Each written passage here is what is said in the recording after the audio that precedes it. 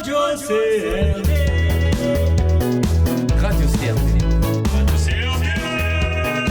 Radio CRD. Radio CRD.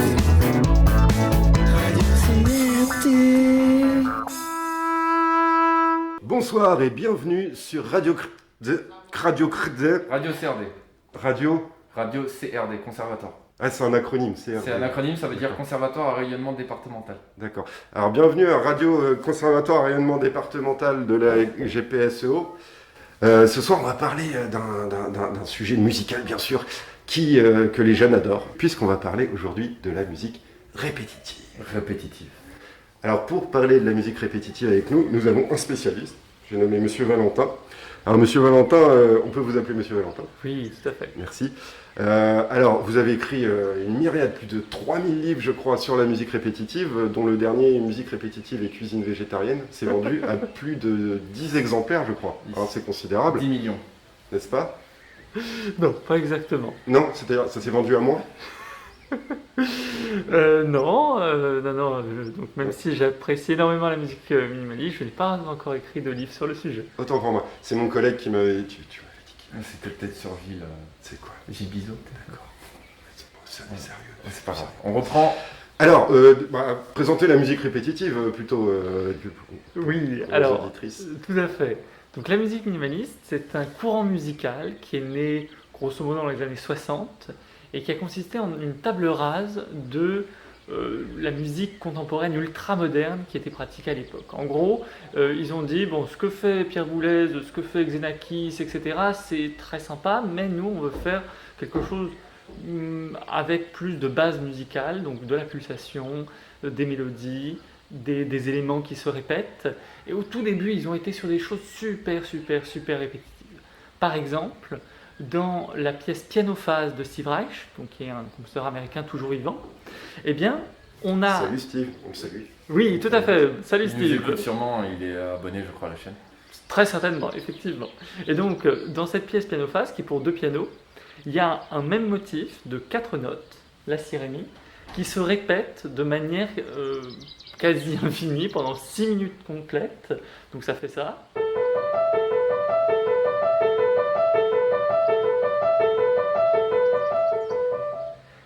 Sauf que, évidemment, s'il n'y avait que ces 4 notes, on s'ennuierait un peu. Donc l'autre piano joue la même chose. Mais ce qui va créer l'intérêt, c'est qu'ils vont se décaler très légèrement. Donc il y en a un qui va aller toujours à la même vitesse et l'autre qui va aller légèrement plus vite. Et au final, ils vont se décaler d'une double croche, puis d'une croche complète, puis de 3 doubles croches, et enfin ils vont se retrouver à jouer la même chose. C'est un peu une métaphore de la vie. Est-ce que Valentin, tu considères que Max Richter est un auteur-compositeur de musique répétitive? Tout à fait, Max Richter fait totalement partie de ce courant musical, très influencé par Steve Reich et Philip Glass notamment. Donc lui, c'est plutôt un post-minimaliste. Mais sinon, effectivement, les techniques qu'il utilise dans ses musiques de films ou de séries correspondent tout à fait. Par exemple, donc là c'est le début d'une pièce pour piano.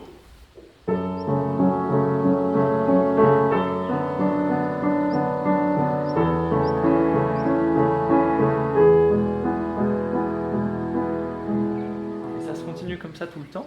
Donc on a une pulsation régulière, une mélodie, un accompagnement, des choses qui correspondent finalement à ce qui était pratiqué auparavant.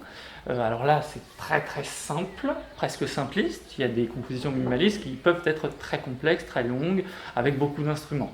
Ton auteur-compositeur préféré dans le minimalisme, justement, au sens large? Ah, c'est toujours difficile de choisir entre différents compositeurs dans des styles différents, mais sans doute que... Alors, j'apprécie énormément John Adams, j'apprécie énormément Steve Reich qu'on a déjà cité, mais c'est vrai que j'ai une bonne affection pour Philip Glass. Voilà. Avec, donc, il utilise un grand nombre d'éléments, donc beaucoup d'arpèges, beaucoup de superpositions rythmiques, par exemple du 3 pour 2. Donc à la main gauche, on va se retrouver à faire des croches, et à la main droite des triolets. Et c'est vraiment cet échange, et de manière répétée.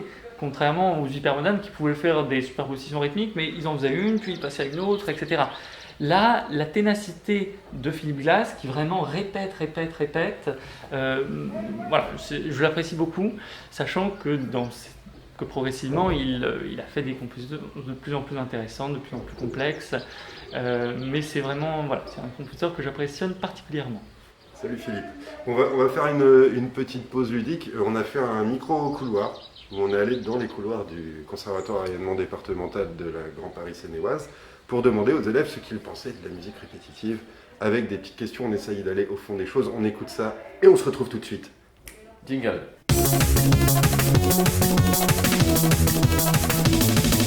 Alors voilà, on fait une petite enquête sur la musique répétitive, on aurait besoin de votre avis. Alors par exemple, est-ce que vous préférez écouter de la musique répétitive ou écouter des frites? Des frites. Bon, on est en train de dire, vous êtes en train de manger des frites, ça sent la frite dans tout le conservatoire. Mais est-ce que ça serait peut-être pas mieux que ça sente la musique répétitive? Faut pas trop nous faire réfléchir, après sinon ça part en chose. C'est quoi pour vous la musique répétitive? C'est une musique qui se répète en tout le temps. D'accord. En boucle, forcément en boucle. Ça peut pas se répéter par exemple en quinconce. Ou une fois. Bah ça se répète pas si c'est en une fois. Tu vois, ils le font une fois et après si ça se répète encore une fois, ça veut dire qu'il y en a deux qui se passent. À votre avis, la musique répétitive, pour qu'elle soit intéressante, il faut la répéter combien de fois? 2 fois. Mais c'est. Deux fois, ça suffit?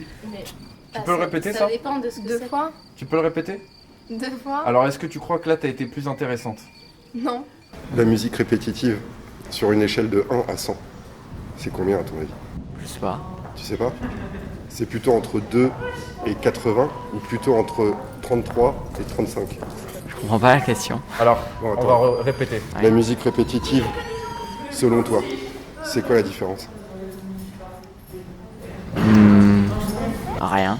Tu peux répéter s'il te plaît? Ça dépend c'est quoi qui se répète parce que si c'est un comment dire si c'est un passage qui est lent où il y a que les mêmes notes c'est pas. Et qu'est-ce que tu penses de la musique répétitive? La question devient passionnante et elle demanderait beaucoup d'introspection pour pouvoir y répondre de façon très lucide. Quelle est la place de la musique répétitive dans la société actuelle? Il y a beaucoup de gens qui trouvent ça agaçant quand même. Ils répètent pour faire réfléchir à certaines choses dans leur musique peut-être, mais pas... Donc ils font de la musique répétitive exprès pour qu'on l'écoute pas. Non, c'est pas pour qu'on l'écoute pas, mais le but n'est pas de répéter pour se faire entendre. La musique, c'est un peu comme un pantalon, quoi. Un gros pantalon. Et vous? Moi je vois ça plutôt comme une doudoune, mais... D'accord. Qu'est-ce que vous pensez de la musique répétitive? Bon, je pense que c'est une musique qui se répète. Tu peux répéter encore une fois? C'est un style de musique, voilà. J'écoute pas vraiment de musique en fait. Tu préfères le style ou la musique? Dans les styles de musique Le en style général. plutôt, enfin le style. Plutôt le style, d'accord. Non, mais j'écoute pas beaucoup de musique. Je pense que les deux sont bien. C'est génial. J'adore tes réponses. C'est plutôt neutre, c'est cool ça. La musique, vous voyez ce que c'est à peu près? Oui. La répétition. La répétition. La répétition. Si c'est toujours répété c'est un peu énervant quoi. Vous préférez la musique répétitive ou vous faire arracher les dents? La musique répétitive. Alors on se retrouve avec Monsieur Valentin qui nous explique les joies de la musique répétitive. Est-ce qu'on peut considérer des groupes comme Enzo ou Wet Wet Wet? Non. Non. Non, bah, c'est parce que c'est 3 fois le même mot, tu vois, donc je pensais, mais en fait j'y connais rien en musique. Vas-y, pose les questions. Moi ça me dit rien du tout. Toi, justement, est-ce que tu composes, est-ce que tu écris de la musique répétitive ou pas du tout? Non, pas du tout, je ne compose pas du tout. J'ai très à cœur de valoriser la musique des compositeurs qui ont déjà fait de très belles choses sur le sujet. Comment c'est possible encore d'aller plus loin encore dans la musique répétitive et dans l'abstraction du minimalisme, à ton avis? Je pense que les premiers ont déjà été suffisamment loin. Ce qui est particulièrement intéressant, c'est comment les éléments finalement très simples qui ont été redécouverts dans les années 60 ont été intégrés dans d'autres styles musicaux. Et en fait, à l'heure actuelle, les trucs, entre guillemets, utilisés par Philip Glass, eh bien, on les retrouve dans énormément de musique, de films, de séries, etc. Ça fait maintenant partie de nouveau du langage courant, de cette manière. En ce moment, on a un maître de la musique répétitive qui est en résidence au conservatoire en ce moment, Monsieur Gilles Bouzin. Ça te parle ça ou c'est encore vraiment trop pointu la musique répétitive? J'avoue que ça ne me dit rien. Gilles Bouzin, vous dites? Gilles Ça ne me Bouzin, dit rien du tout. c'est quelqu'un qui a pris la musique répétitive et qui l'a re-répétée. Valentin. Ah, excusez-moi, je crois qu'il y a notre ami Gilles Contrebasse qui nous appelle en direct des couloirs de l'ENM. Gilles qui a la même voix que vous d'ailleurs, José. Effectivement, c'est bizarre ça. Oui. Oui, alors, Gilles, vous nous entendez? Oui, alors on se retrouve en direction de la salle Gilbert. Là, je vais bientôt retrouver Monsieur Gilles. Alors, on va essayer de lui poser quelques questions. Attention. Monsieur Bouzin? Bonjour Monsieur Bouzin. Bonjour. Excusez-moi de vous déranger, j'ai quelques questions à vous poser. C'est d'accord. Je suis en pleine composition, mais c'est pas grave. En pleine répétition, j'imagine. Alors... Il a fait une composition d'un nouveau morceau. Il s'appelle Si bémol. Si bémol. Alors Monsieur Bouzin. Attends. Si bémol. Etc. D'où vous vient cet accent Mais c'était ça. Je suis né en Charente-Maritime. Et moi, je suis comme ça. J'essaye de développer tout ce qui est le pays. J'aime bien. Je fais de la musique répétitive avec l'accent. Avec l'accent. D'accord.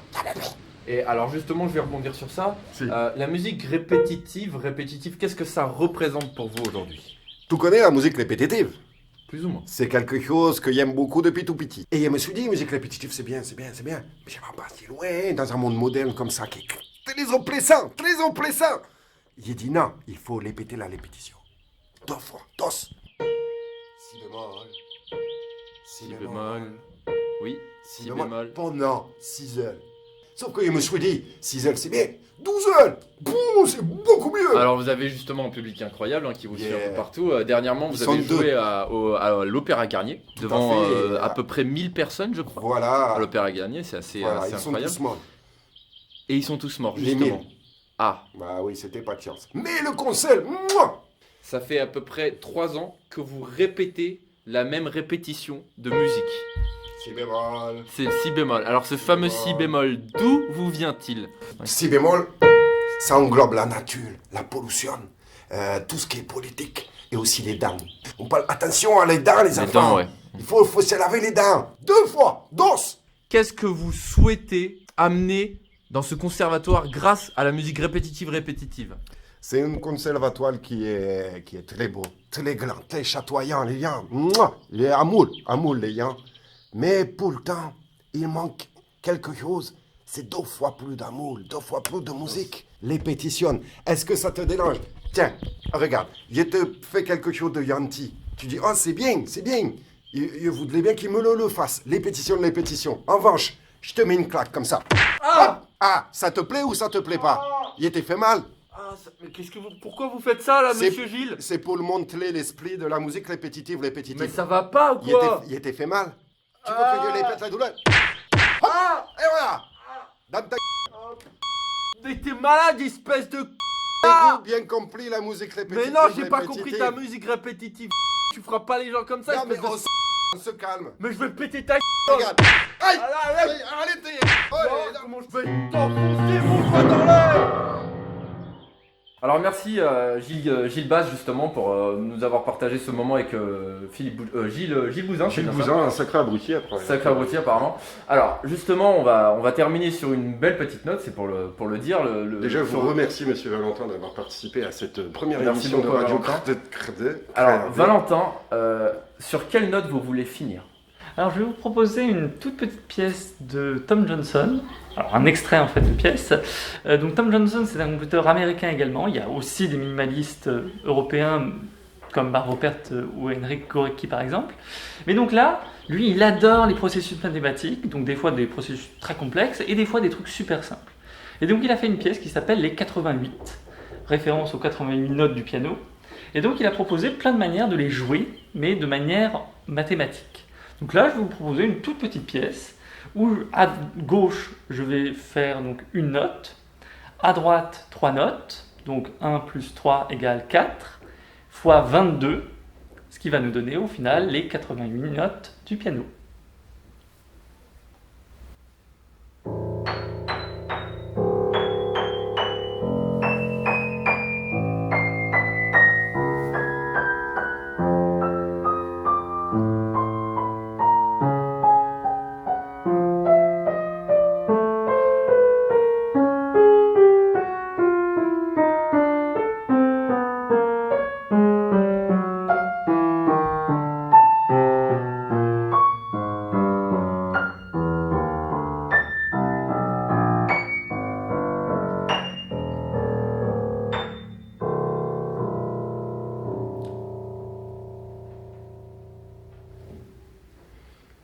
rubrique mot de la fin, c'est parti. Émilie, stagiaire, quel âge as-tu?